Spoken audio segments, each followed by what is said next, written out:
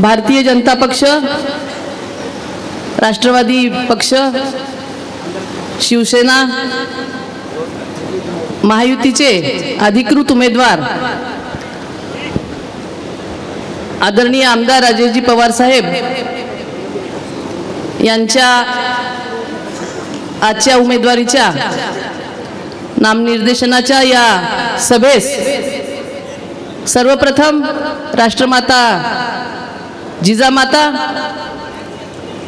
या महाराष्ट्राचा आराध्य दैवत शिवछत्रपती शिवराय, भारतरत्न डॉक्टर बाबासाहेब आंबेडकर, साहित्यरत्न अण्णाभाऊ साठे, राजमाता अहिल्यादेवी होळकर व समस्त महामानवांना या ठिकाणी विनम्र असं अभिवादन करून मानाचा त्रिवार मुजरा करून या ठिकाणी या सभेस उपस्थित महाराष्ट्र राज्याचे माजी मुख्यमंत्री माननीय खासदार श्री अशोकरावजी चव्हाण साहेब, या ठिकाणी उपस्थित साहित्यरत्न अण्णाभाऊ साठे यांचे नातू सचिनजी साठे साहेब, या ठिकाणी उपस्थित या मतदारसंघाचे लाडके कर्तव्यतत्पर आमदार आणि महायुतीचे अधिकृत उमेदवार आदरणीय श्री राजेशजी पवार साहेब, या ठिकाणी उपस्थित राजेशजी कुंटुरकर साहेब, या ठिकाणी उपस्थित वसंतजी सुगावे साहेब, या ठिकाणी उपस्थित सर्वच सन्माननीय व्यासपीठ आणि माझ्यासमोर उपस्थित असलेल्या सर्व माननीय आमदार राजेशजी पवार साहेबांच्या लाडक्या बहिणी आणि या ठिकाणी उपस्थित माझे सगळे लाडके भाऊ. आमदार साहेब, तुम्ही लाडक्या बहिणींना 1500 रुपये दिले खरे, पण या ठिकाणी माझ्या लाडक्या भावांची उपस्थिती जास्त आहे, म्हणून माझ्या लाडक्या भावांचं या ठिकाणी अभिनंदन करते. आता या ठिकाणी मी विस्तृत असं मार्गदर्शन किंवा संभाषण या ठिकाणी करणार नाही, तर मी काही प्रश्नांची उत्तरं तुम्हाला विचारणार आहे.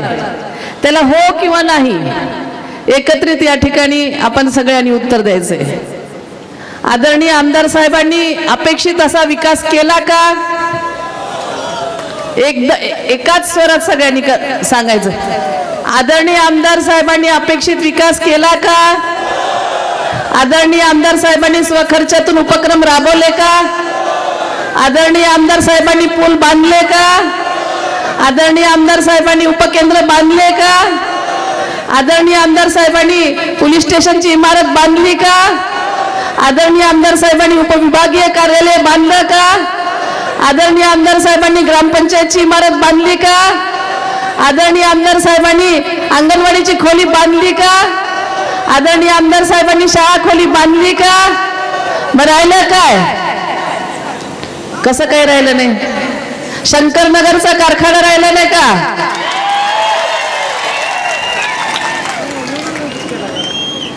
या ठिकाणी मागील 10 वर्षापासून या मतदारसंघाची ना जोडून ठेवणारे तुम्हा आमचे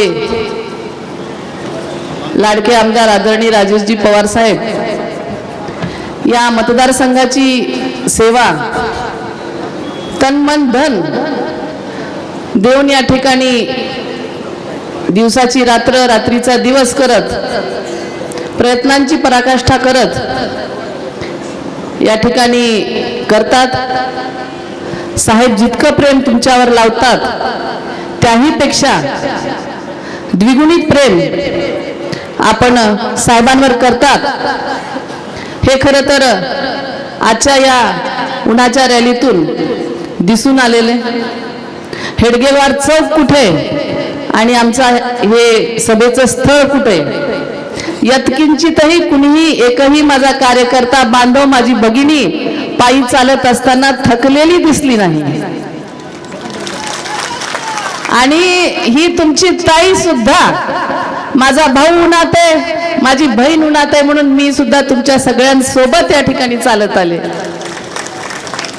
म्हणूनच भारतीय जनता पक्षाचा विचार आहे की कार्यकर्ता हा कार्यकर्ताच असला पाहिजे. मला वर त्या रथावर बसून जेवढी ऊर्जा मिळत नव्हती तेवढी त्याच्याही कितीतरी पट तुमच्या सोबत जेव्हा मी जमिनीवर उतरले तेव्हा त्याच्याही पेक्षा जास्त ऊर्जा या ठिकाणी मला मिळाली.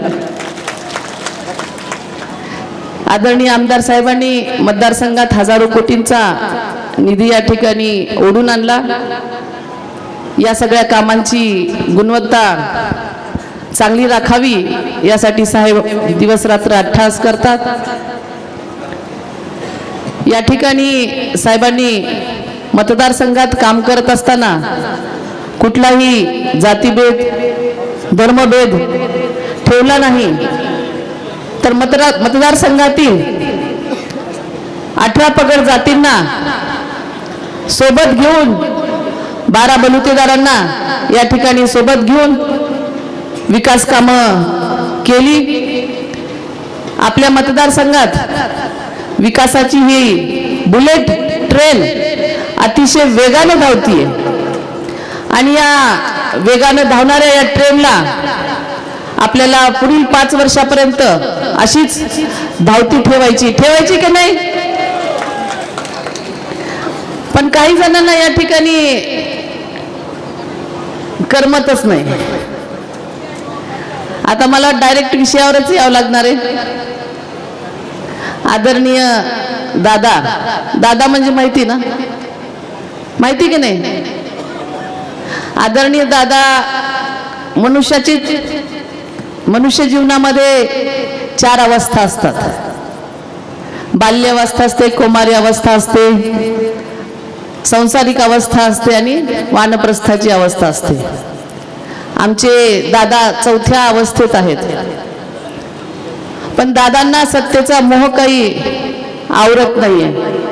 दादा जिथं कुठं भाषण करतायत दादांचा एकच विषय की आदरणीय राजेशजी पवार साहेबांनी जी काशी यात्रा काढली ती काशी यात्रा मुख्यमंत्री तीर्थक्षेत्र यात्रा आहे. मला मागून सूचना आली की दादा म्हणजे खदगावकरांचं नाव घ्या. पण आमचे सगळे लय शान आहेत हो. दादा म्हणलं की सगळ्यांना कळते. दादा प्रत्येक ठिकाणी म्हणतायत की राजेश पवार 5,000 रुपये खर्च करतायत आणि 25,000 रुपये घरात ठेवतायत. दादा तितक्याच मोठेपणाने सांगतात मी 3 वेळेला खासदार होतो, 3 वेळेला आमदार होतो. पण दादांना मला ह्या व्यासपीठावरून विचारायचंय, दादा जिल्हा जाऊ द्या, देगलूर बिलोली विधानसभा जाऊ द्या, आता सुनेला जिथं थांबवायचा तुमचा प्रयत्न आहे ते नायगाव विधानसभा मतदारसंघ जाऊ द्या, पण तुम्ही तुमच्या खदगाव मध्ये तर या मुख्यमंत्री तीर्थक्षेत्राच्या योजनेचा तुम्ही लाभ देऊन त्या ठिकाणी दाखवायचा.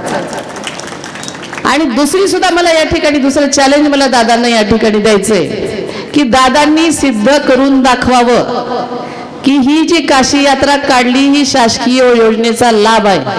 मी आज या जर मंचावरून खाली उतरले तर नवऱ्याच्या प्रचाराला परत त्या ठिकाणी मैदानात उतरणार नाही. आणि दादांनी जर सिद्ध करून दाखवलं नाही तर दादांनी नायगाव काय जिल्हा सोडून गेलं पाहिजे. चव्हाण साहेबांची मी क्षमा मागते, पण चव्हाण साहेब आमच्या मतदारसंघामध्ये अफवांचं पेव त्या ठिकाणी पसरलं जाते, भ्रम त्या ठिकाणी पसरवण्याचा प्रयत्न त्या ठिकाणी होतोय. नवीन एक आणखीन आमचे खदगावकर साहेब त्या ठिकाणी सांगतायत की राजेश पवार साहेब गुत्तेदार आहेत. मला सांगा, नितीनजी गडकरी साहेब देशभर विकास करतात, मग तुम्हाला त्यांनाही तेच म्हणायचंय. म्हणून दादांनी विकास केला नाही का? दादांच्या हातात काय काय जातं ते सगळं बंद होतं. दादाच्या हातात कारखाना गेला, दादाच्या हातात सूतगिरणी गेली, दादाच्या हातात दांडा फॅक्टरी गेली. ह्याच्यापेक्षा मला वेगळं माहिती नाही. बरं तुम्ही माहिती द्या मला. पण इतिहास जाऊ द्या, आजच्या परिस्थितीमध्ये मध्यवर्ती बँक दादाच्या हातात आहे. खतगावकर साहेब, तुमच्या 40-50 वर्षाचा अनुभव काय आम्ही खायचा का? तुमच्या अनुभवाने जर तुम्हाला बँक आमच्या सर्वसामान्य जनतेसाठी जर व्यवस्थित जर चालवता येत नसेल तर तुमचा अनुभव काय कामाचा आहे?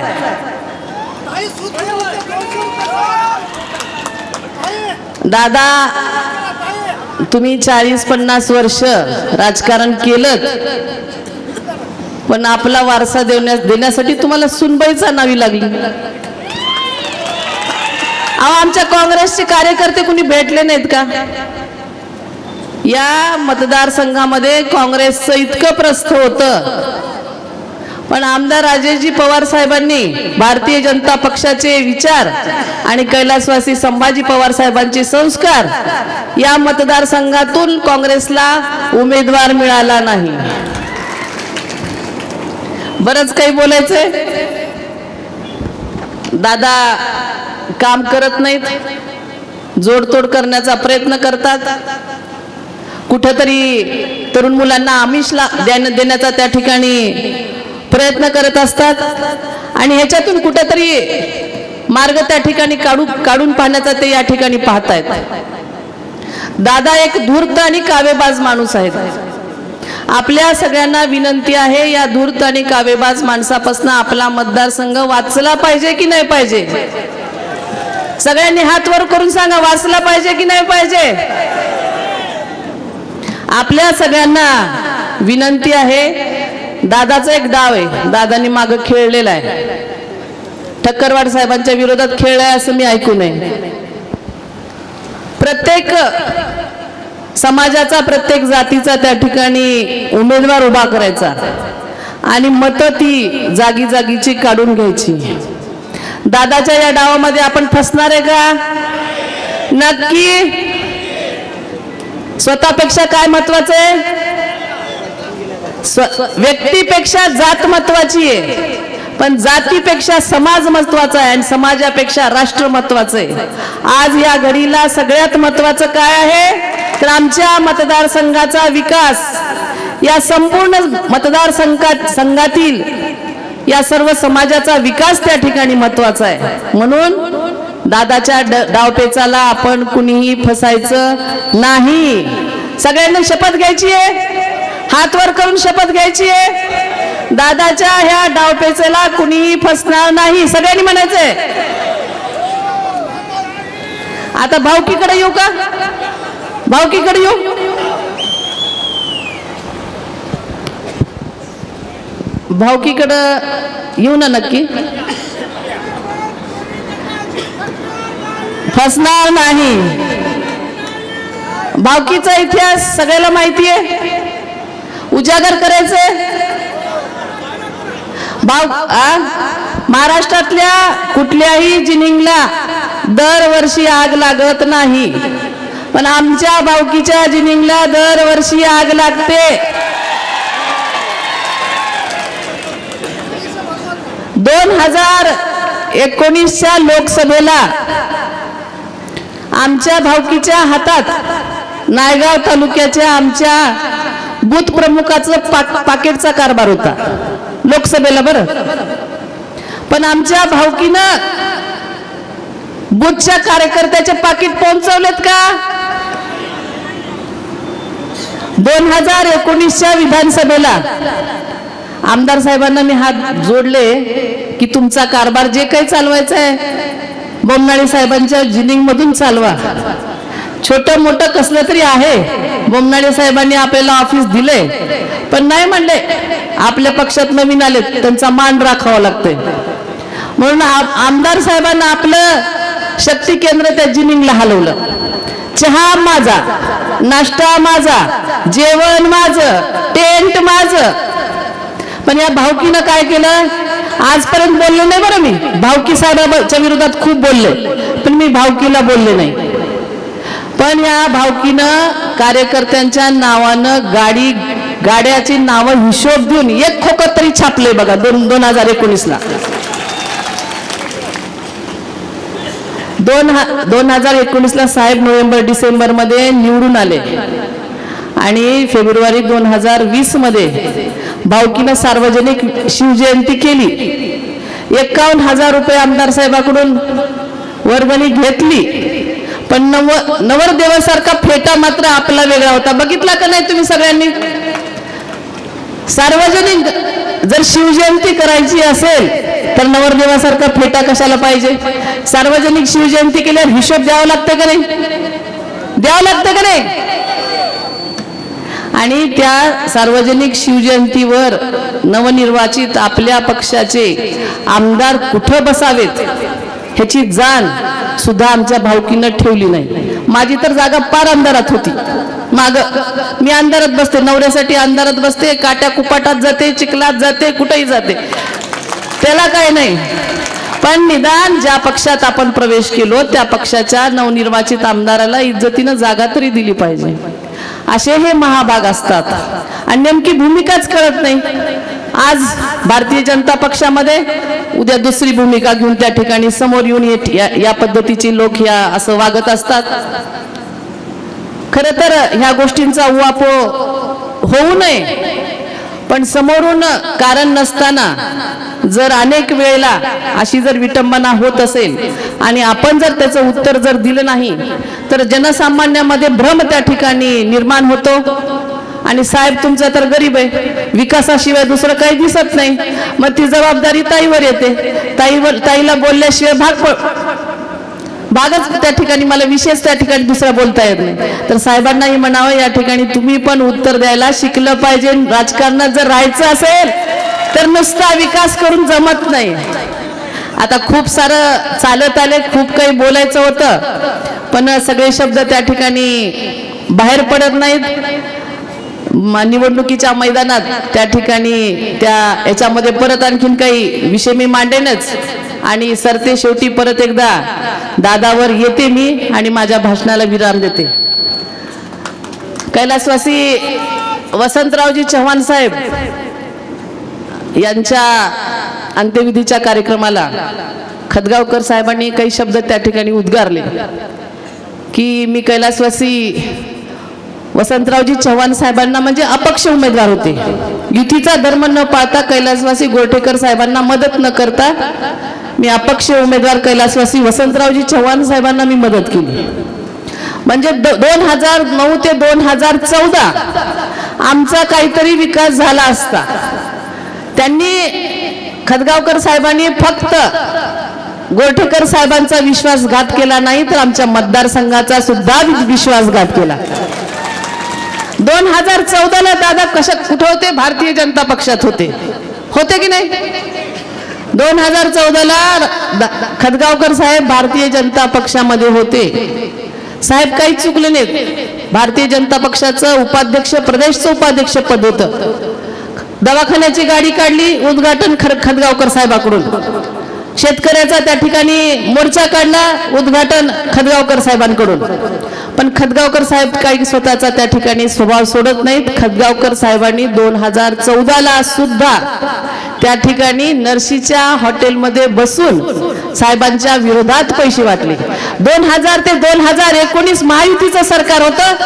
अजून 5 वर्ष आमच्या मतदारसंघाचा विश्वासघात करणारे कोण आहेत तर खदगावकर साहेब आहेत. म्हणजे 2009 ते 2019 आमच्या मतदारसंघाचा 10 वर्ष विश्वासघात करणारे कोण आहेत तर त्या ठिकाणी खदगावकर साहेब आहेत. हे आम्ही कधीही विसरता कामा नये.